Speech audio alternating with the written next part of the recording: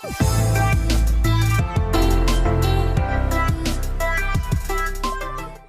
बच्चों, मैं धीरज कुमार साहू, भौतिक ज्ञान प्रवक्ता। बच्चों, पीछे वाले भाग में अभिकेंद्रीय बल जाना, साथ साथ हमने यह भी जाना कि अगर वृत्ताकार पथ पर घूमना है तो अभिकेंद्रीय बल अति आवश्यक बल है। बिना अभिकेंद्रीय बल के वस्तु वृत्ताकार पथ पर गति नहीं कर सकती है। चलिए आगे को बढ़ते हैं। एक मोड़ है, मोड़ पर एक साइकिल सवार तेजी से आ रहा था, मोड़ को पार करता है। जैसे ही वह मोड़ को पार करता है तो उसे मोड़ की ओर क्या होना होता है? झुकना पड़ता है। ऐसा क्यों? इस घटना को समझते हैं, इस कारक को जानते हैं। ऐसे कौन से बल हैं जो इसे मोड़ को पार करने के लिए सहायता प्रदान करते हैं? जब एक साइकिल सवार, तो हेडिंग है आज की, मोड़ पर, वृत्ताकार मोड़ पर साइकिल सवार का झुकाव। क्या है? हेडिंग है वृत्ताकार मोड़ पर, वृत्ताकार मार्ग पर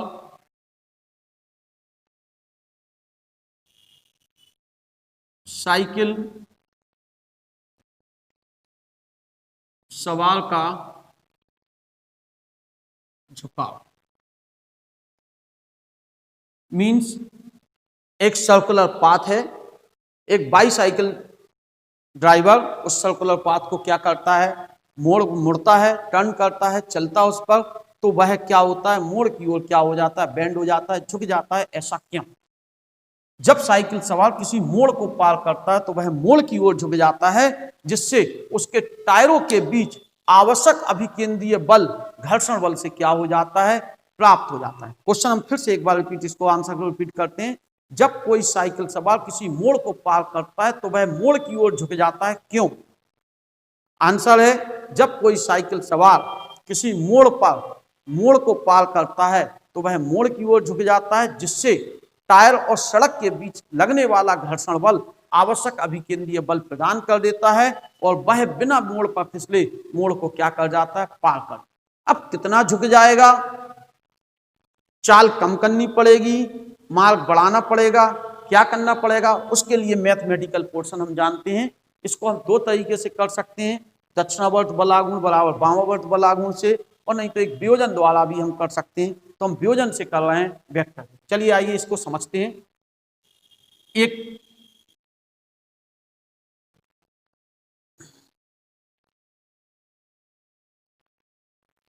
मोड़ है हमारे पास, यहाँ पर इस तरह का मोड़ है और साइकिल सवार मोड़ की ओर झुकेगा, तो मोड़ की ओर क्या होना है? उसे झुकाना है। तो देखते हैं, हम बनाते हैं इस चित्र को।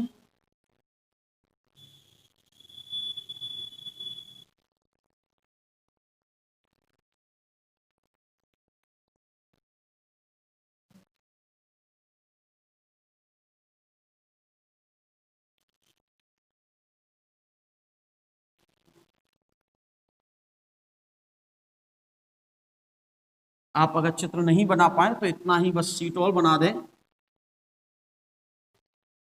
ठीक है, ये क्या है?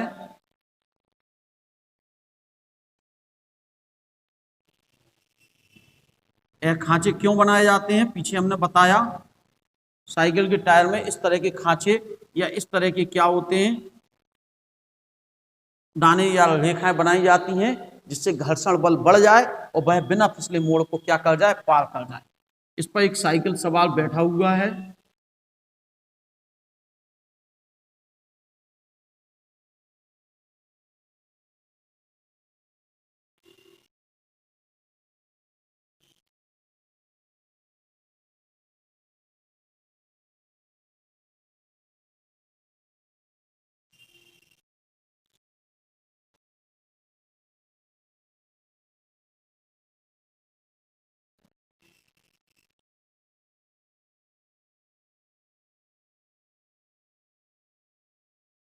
एक साइकिल सवार है,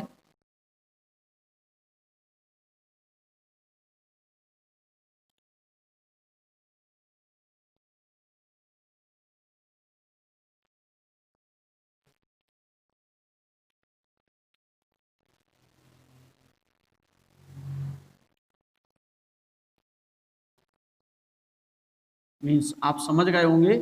पीछे के भाग को हमने रिप्रेजेंट किया जी साइकिल सवार का मडघाट हो गया, जिसके पैर हो गए,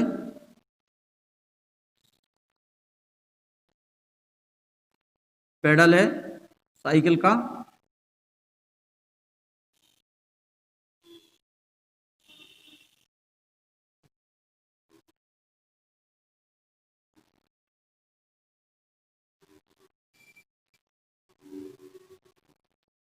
ठीक है, ये चला रहा है और जिसकी क्या हो गई,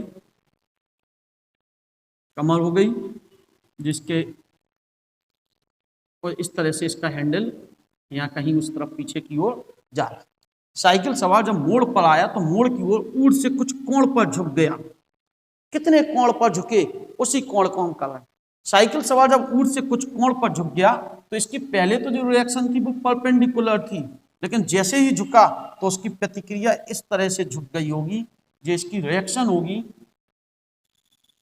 प्रतिक्रिया आर होगी, टायर पर ऊपर की ओर काम करेगी। इस प्रतिक्रिया जो रिएक्शन लगी, इस प्रतिक्रिया के दो घटक टूटेंगे। एक तो टूटेगा आपका यहां पर, जो कितना होगा आर कॉस थीटा, और एक टूटेगा इस तरह से, इसका हम माने तो एक टूटेगा इस तरह से, जो होगा आर साइन थीटा।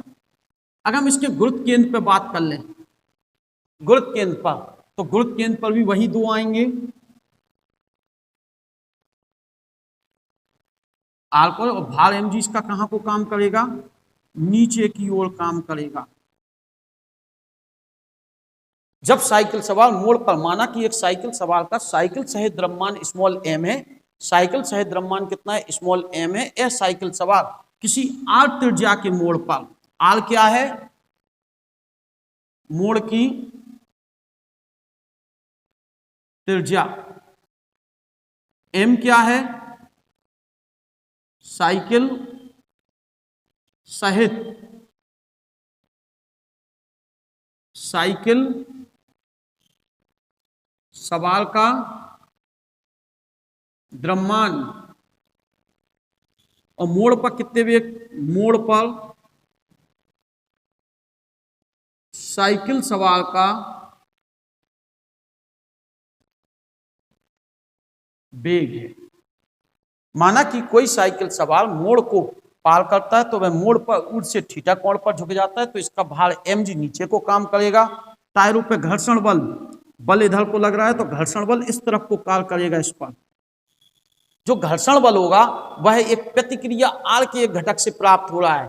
तो क्या हुई बात, फिर से रिपीट करें, माना कि एक साइकिल सवार का साइकिल सहित द्रव्यमान m है, जब वह किसी आर त्रिज्या के मोड़ पर पहुंचता है तो यह ऊर्ध्व से थीटा कोण पर झुक जाता है। ऐसे में इसकी प्रतिक्रिया के कितने घटक टूटेंगे, दो घटक टूटेंगे, एक आर कॉस थीटा और एक r sine theta. R cos theta, इसके जो आर कॉस थीटा है वो संतुलित हो जाएगा भार से। आर कॉस थीटा संतुलित किसे करेगा, भार को, जबकि आर साइन थीटा है वो वृत्त के केंद्र की ओर कार्य कर रहा है। कहां की ओर काम कर रहा है, वृत्त के केंद्र की ओर। और जब वृत्त के केंद्र की ओर है तो यह कौन सा बल प्रदान करेगा, अभिकेंद्रीय बल प्रदान करेगा। और अभिकेंद्रीय बल प्रदान करेगा तो आर साइन थीटा बराबर अभिकेंद्रीय बल mv² होगा।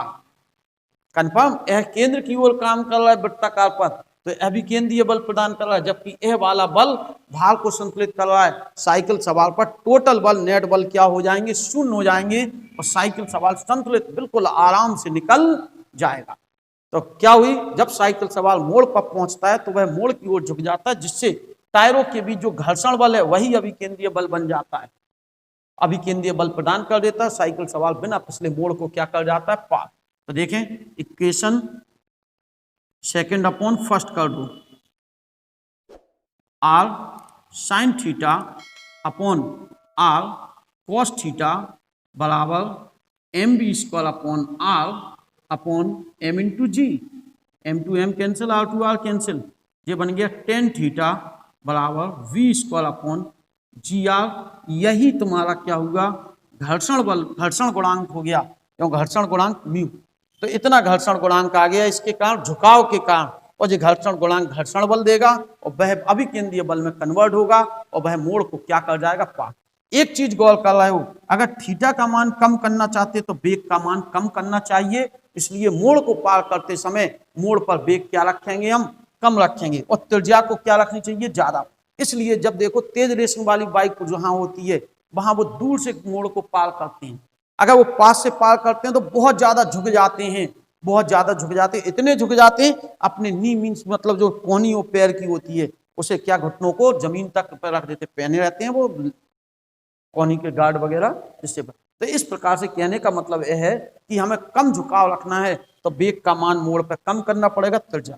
अगर आपसे कहता कितना समय मोड़ को पार करें, टी बराबर 2πr/v से मोड़ पर पार करने में समय पता चल जाएगा, जहां आर त्रिज्या, बी क्या है, वेग। इन सब के मान रखकर हम मोड़ पर कितनी देर में पार कर लेंगे वो पता चल जाएगा, कितनी स्पीड होगी, कितना झुकाव होगा, यह सब बातें पता चल जाए।